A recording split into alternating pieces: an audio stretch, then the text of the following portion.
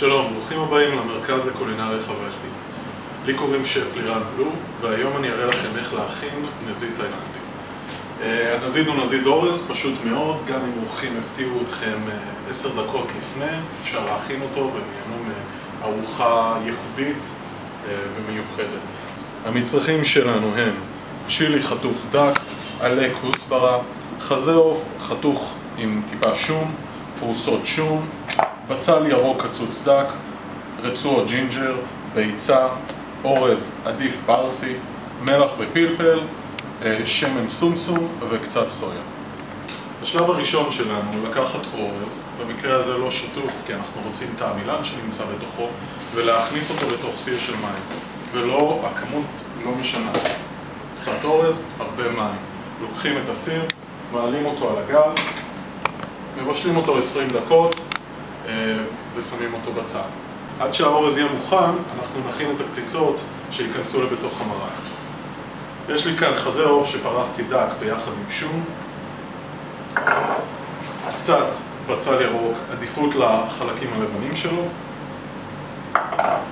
נגיעה של שמן סומסום, טיפה מלח כמובן, טיפה פלפל, לערבב אותו לעיסה יציבה ולהניח לנוח עד הרגע שנזדקק לו. חיממנו טיפה שמן זית במחבת וחתכתי שום לריבועים דקים. אני מכניס אותו לתוך המחבת עד שהשום מקבל צבע שחור וקריספי.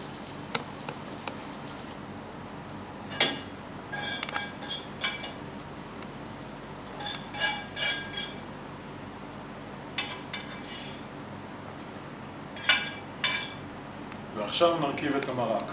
כעבור 20 דקות כל העמילן משתחרר מתוך האורז ואנחנו יכולים להתחיל בטיבול ובסיום המנה.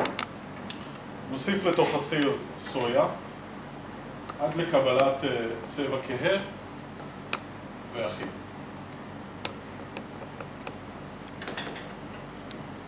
הנזיד שלנו התבשל טיפה עם הסויה, קיבל צבע כהה. אנחנו מוסיפים את התערובת חזה עוף שעשינו מקודם לבפנים ונותנים לה להתבשל קלות. וברגע שהנזיד מגיע לרתיחה, אנחנו מזלפים לבפנים את הבלילת ביצים שעשינו כדי לקבל מרקם טיפה יותר נעים.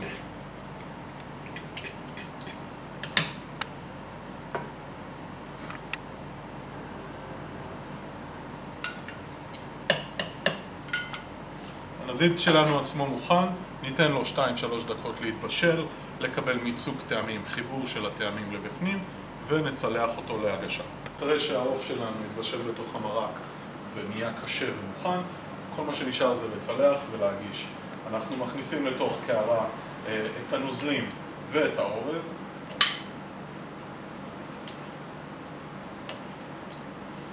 כופתה אחת לבן אדם, 2, כמה שנוח לכם. מספר מקלות של ג'ינג'ר, קצת בצל ירוק, עלים של כוסברה, נגיעה של צ'ילי חתוך דק ואת הצ'יפס שום שעשינו לפני זה. הנה יש לכם מנה מוכנה תוך 20 דקות שתרשים כל אורח.